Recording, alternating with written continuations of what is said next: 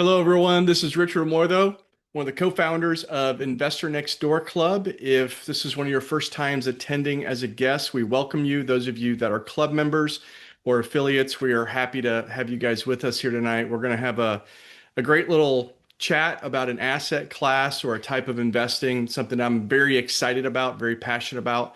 We're going to be talking about co-living. So you still have time to go ahead, maybe invite some other people to hop on real quick, but we're going to get started here in just a moment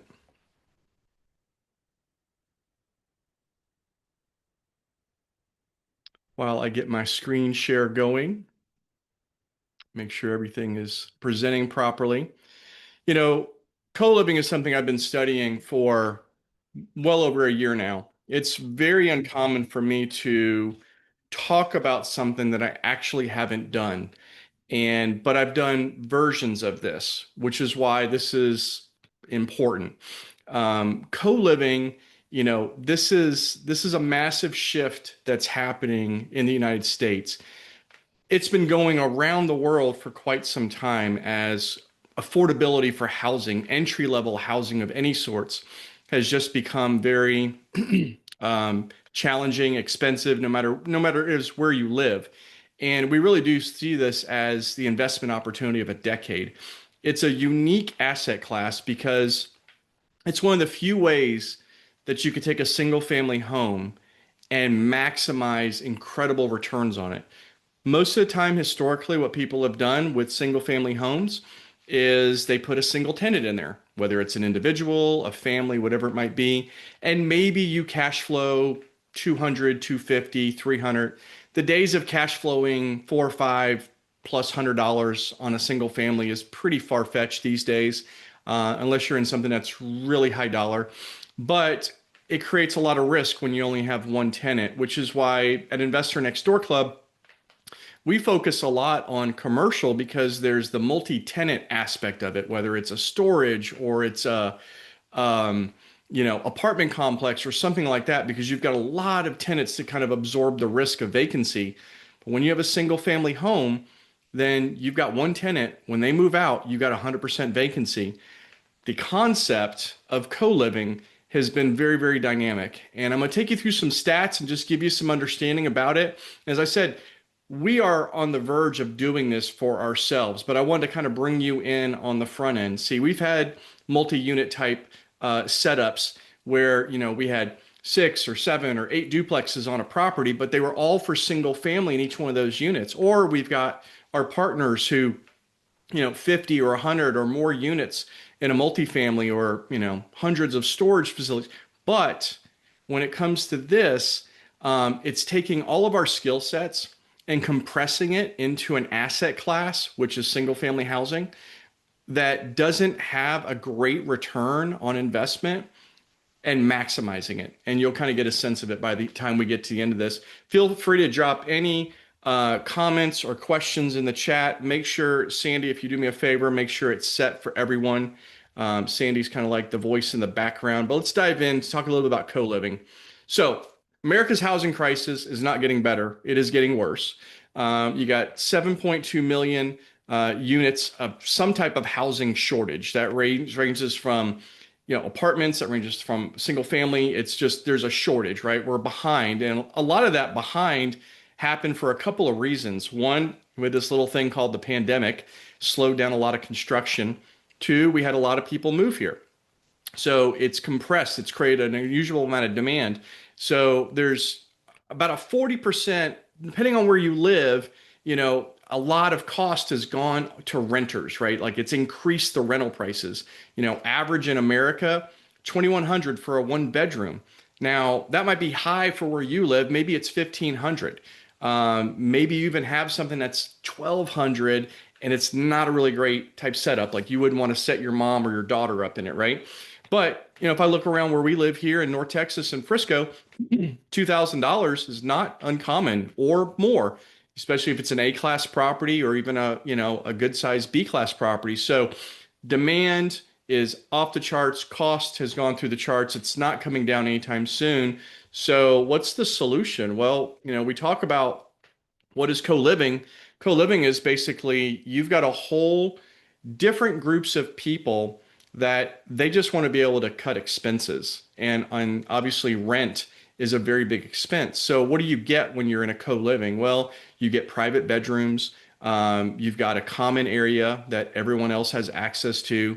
You've got this all-inclusive pricing, so you don't have to have about, you don't have to worry about your your gas bill, your internet, and all those things that kind of come that you pay kind of extra. It's all built into one price, so it makes it very easy for somebody. And then you've got these flexible, we'll call them memberships, because they're really not rental agreements. And I'll explain a little bit more about why it's that way, but it does create a different dynamic. And what I like about Investor Next Door Club, and I think of co-living, is it is club-like. You become a member of a house. And you might be one of six, you might be one of eight members, you could be even one of 10, depending on the size of the property.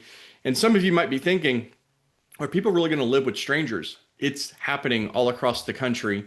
And we're just at the very beginning of it. So it's expected to be a $13 billion market. It's really actually just getting started. We're looking at by 2028 being a $22.5 billion market. So it's increasing, at a pretty rapid pace right now as more and more people are, one, they don't want to pay the high rent for an apartment. Two, credit tightening has happened with getting qualified to even be an apartment. So you got costs, you got credit tightening, and then you just got a lack of units, period, depending on where you live. So who fills these rooms and why they stay? Well, you got young professionals that are just starting out and they're looking at, gosh, if I could save 50% on my rent and just live in a place like this for a year or two to get myself on, get my footing and get some savings because maybe I'm coming out of college, maybe I'm starting a trade, whatever it might be, then it's going to be a great avenue for those young professionals.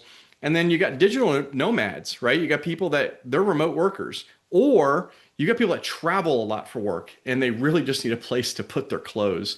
And that's a large, conglomerate of people. And then we've got, students and graduates. So there's some people that don't like to rent to do any kind of student housing, but they go a little niche. Like if there is a nursing school in the area, and those things get pretty high demand also.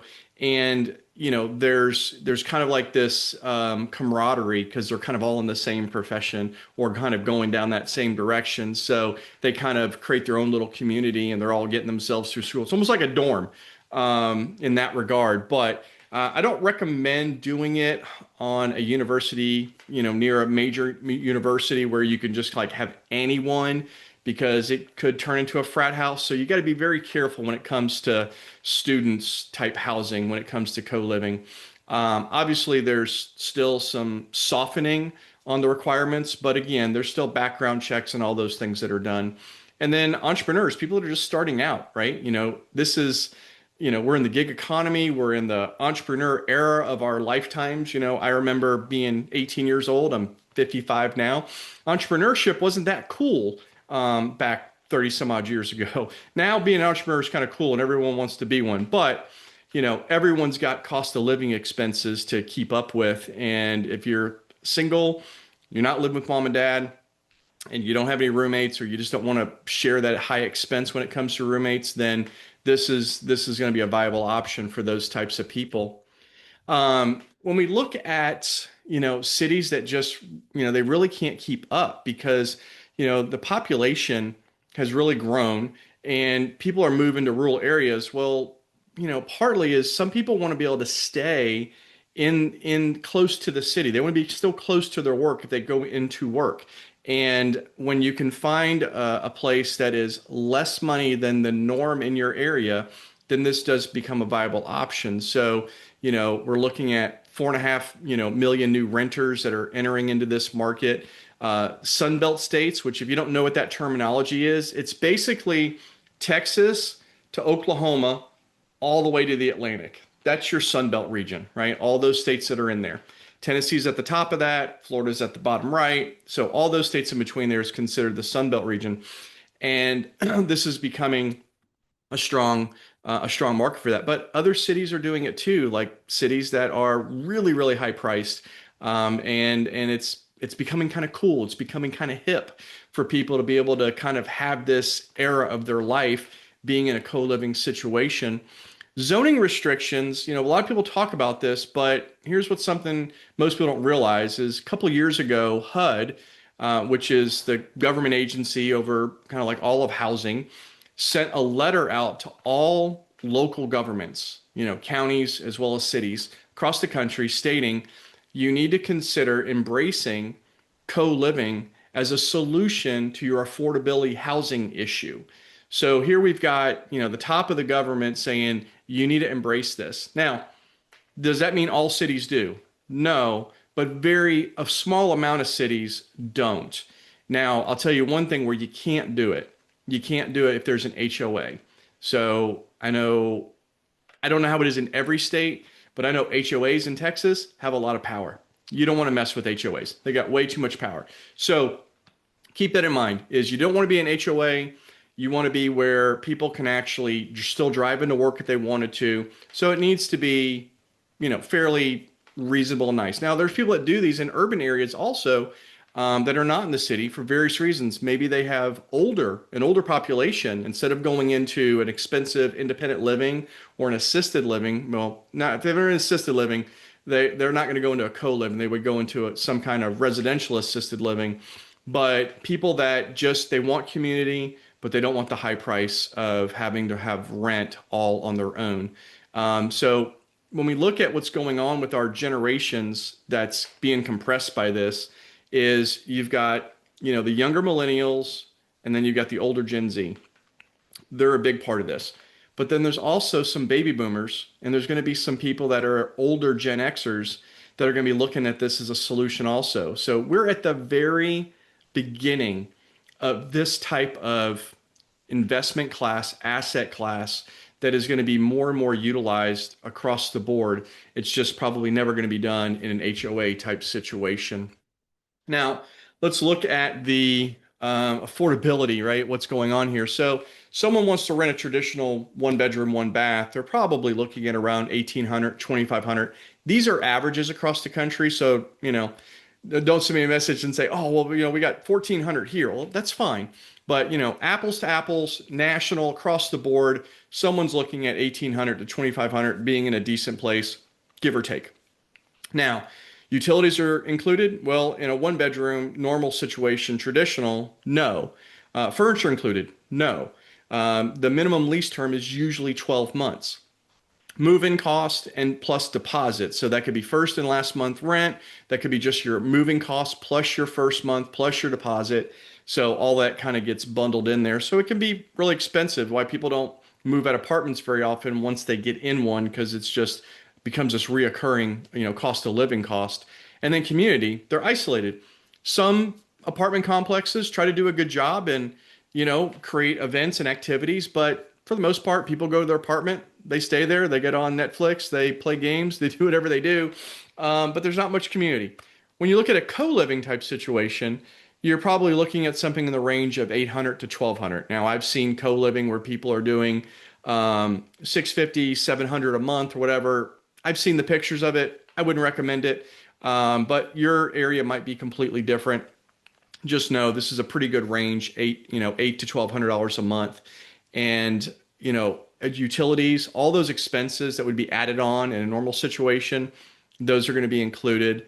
And then furniture is going to be included. Now it's going to be minimal. It's going to be bed, with a mattress. It's going to be, maybe a nightstand, maybe a dresser of some sort, and then, some kind of closet.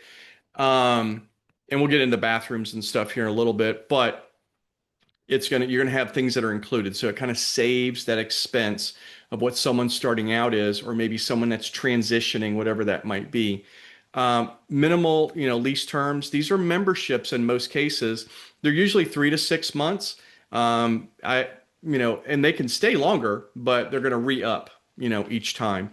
And then you're looking at move-in costs. Well, they're pretty nominal, 500 to 1,000, right? It's not really a deposit. It's a membership fee. So you're not getting it back. And that goes to wear and tear on the property and other things that have to be done after a person moves out of a room, so to speak. And then community aspect of it, it's built in, right? Because you got six, seven other people that might be in that house. And, there's rules and all those things. We're not going to go into all those details. We'll have go into a deeper dive maybe on that tomorrow. But when we go in our deep dive for our club members, but you're going to have these moments to where you're passing by people, you're cooking together, you're, sharing meals together. It's just these different aspects where you're going to have community. Maybe you do, some events together. There's a lot of places they'll put ping pong tables and things like that. But nonetheless, there's a community aspect that's built into it. And, remote work created a new kind of renter, in my opinion. But, also the other facets that I talked about earlier on. But I mean, you got 35% of the workforce, is doing some kind of full-time or part-time remote work. Then you've got 60% of remote workers that have moved cities since 2020. People have moved around a lot since all that transpired. And then you got 28% preferred some kind of furnished rental with some kind of flexible terms. So people are looking to have less entanglements, less cost, and just greater flexibility at the end of the day, which is what's driving part of this. Now, here's where we get into the math on as an investor, why do you want to consider this? Now, you look at a traditional rental, one tenant, maybe they're paying $2,200 a month. Annual revenue on that, 26,000 and change.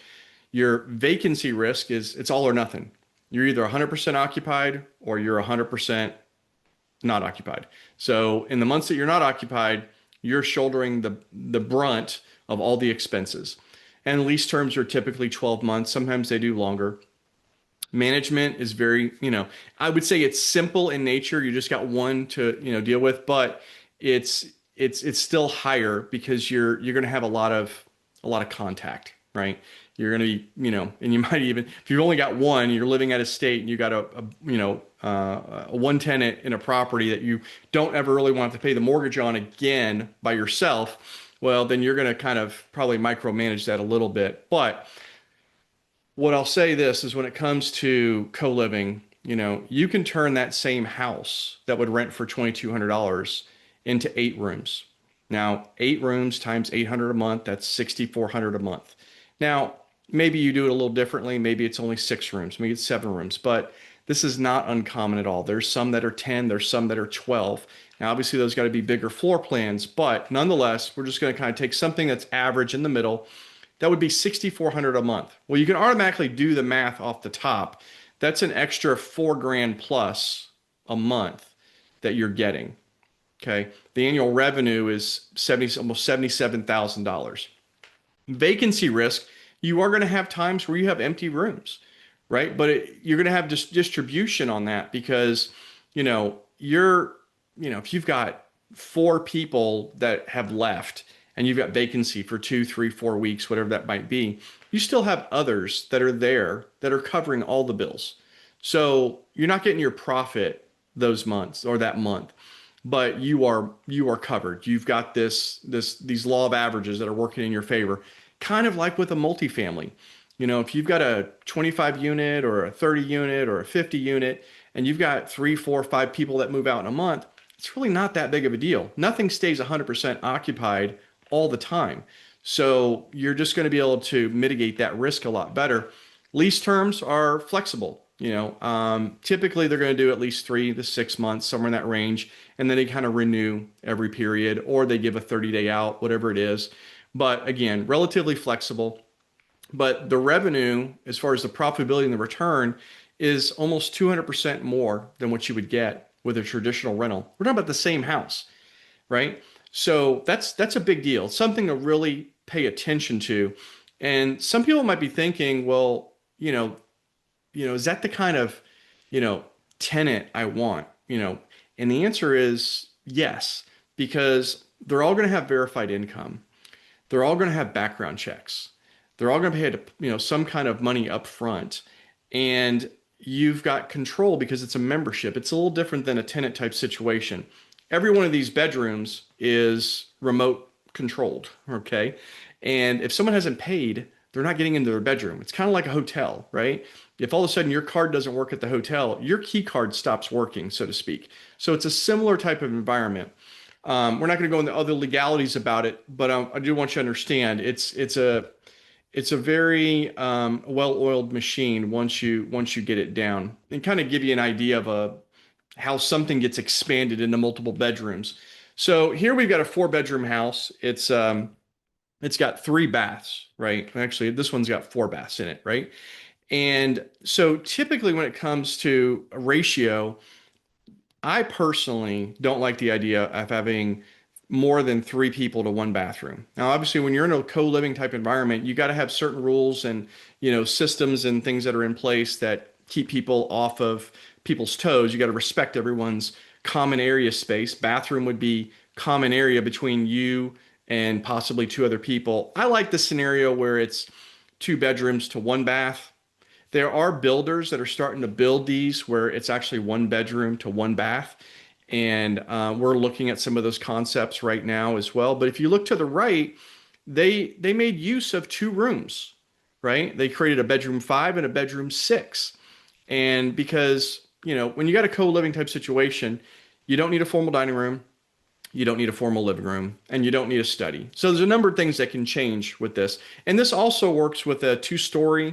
It doesn't have to be a single story, but typically with a two-story, you probably end up getting more rooms. Now, people will do things with garages. There's a number of things. Like if this had a two-car garage, then you'd probably create two more bedrooms inside that garage. Another factor that comes into play is parking. This is why you don't want to be in an HOA because you could have 6, 7, 8 vehicles at this property, and there needs to be enough space to support all that. So, there's got to be some kind of, again, you get to rules, and some people work nights, some people work mornings, and so they're going to just kind of ebb and flow on how they move the cars around. Ideally, you find something that's got a little extra land that you can either put a extended driveway on, or compact gravel of some sort to where people are rotating relatively easily. But this kind of gives you the idea of how you maximize a single family house to get more margin out of that asset that would normally just generate a nominal rate of return. So you've got access to more tenants. There's lower risk. There's higher occupancy. You're looking at average co-living occupancy rate runs in the 90s, right? Low 90s, sometimes mid 90s. You got 28 days on average to fill a room. Depends on your market.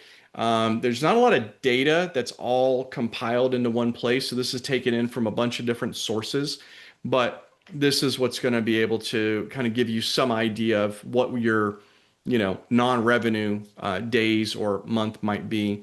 And then the average person is staying about 18 months in a place. That varies from market to market, but I'll say this is people do like to, in these transitional periods, they want to be able to, have the option to move, but at the same token, sometimes people have the option, they just don't use it either because they get kind of comfortable because they're just kind of stockpiling some cash and getting through that next season. Understanding some of the co-living returns, as a simplified model, you're looking at your gross rent on the scenario I showed you before at almost 77,000. Add in some vacancy, you got an effective gross income of around, let's say 72, 73,000. You're going to have your mortgage, your debt service. This is assuming that you probably put 20% down. Now, there's all sorts of other creative ways that you can do things with financing, but we're taking a very traditional structure here. People ask a lot, do banks finance these as co-living? Some do. More are coming on board. Remember I said we're at the beginning of a wave when it comes to this. And then when you look at all your other stuff, your taxes, your insurance, maintenance, keeping it updated, you're going to take care of the yard. I don't recommend having one that has a pool. You don't want the extra liability. And then all the utilities combined. It's still generating a cash on cash return of almost 23%. You can't get that out of a single family house with one tenant. It's impossible. It's even hard to do sometimes with some commercial. So this is a very unique class to pay attention to. I'm not telling everyone to run out and go find a house and do co-living tonight, but you need to start being in the thinking and the mindset of what this is. couple of things to kind of pay attention to. These are some markets that kind of stand out. Uh, North Texas is a big one. Austin, they've had a tremendous amount of issues down there with affordability, but across the country, it's these are just kind of popped up because they're strong. And there's some places like Nashville, not a good idea.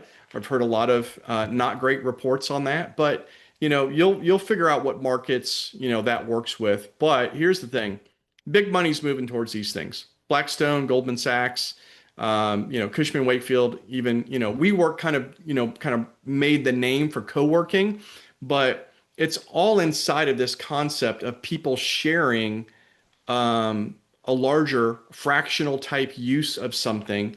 And this being done with housing, we have more than enough houses to handle our affordability issue if we embrace more and more with co-living. It'll solve a lot of issues. It's just going to take a lot of time to get the word out in a positive direction. But, three ways that someone can profit from co-living growth that's going to happen over these next 10, 15 years is you can own and operate your own. You can be a passive investor, like people that invest through our crowd fund. You can go into other types of funds that may participate in this, but it's going to be a smorgasbord of other things. But nonetheless, there's lots of opportunities, even if you don't want to be a direct operator. And I can understand if someone doesn't. Most people want to be able to make money from real estate. They don't necessarily want to be a real estate operator. So we want to give people the best of both worlds if they want to do that. Real simple thing, co-living through the Inc. Access lens, the way we looked at it, and as far as an acronym, is affordability, community, cash flow, expansion, supply gap being covered, and then stability.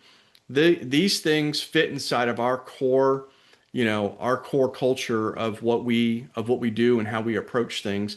Is we want to make sure that we're meeting the needs of lots of different people. I know there's lots of questions there or comments in the chat, so I want to be able to jump in those in a minute. But every investment has risk, and how co-living manages real simple is, you cover the high turnover because you've got multiple people in that to cover that. Then you look at the management complexity. There is software operators, things that are coming into the market that make this easy to almost manage this from across the country. So it's becoming more and more accessible in that regard as well. Regulatory changes are happening all the time. There's no market saturation for the most part. Maybe there's some areas that have a demand that's maybe abnormal, but that's just not common right now. And then property damage, you've got these deposits, you've got the advance pay, and you've got a pretty tight leash because the community, when they're in a place they like, the community will protect it. And if they're having a problem child in there, so to speak, you're going to get reports. You're going to be able to remove that person from the situation. But co-living is just projected to double by 2030. Globally, it's been booming, right? America's usually the last to kind of catch on to some of these at times. But even in the US, we're looking at a 12 onward up to 13 billion over the next few years here. So it's a huge movement that's going to continue to expand because housing cost to build a house is not coming down. Interest rates have come down a little bit, but incomes have not grown.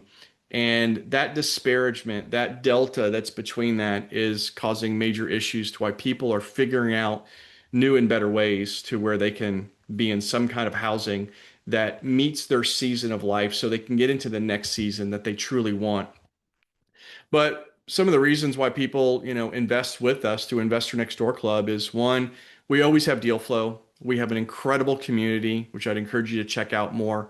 We have a very transparent structure. People are accessible. You can talk to anyone here. We focus on markets that we have really good data on.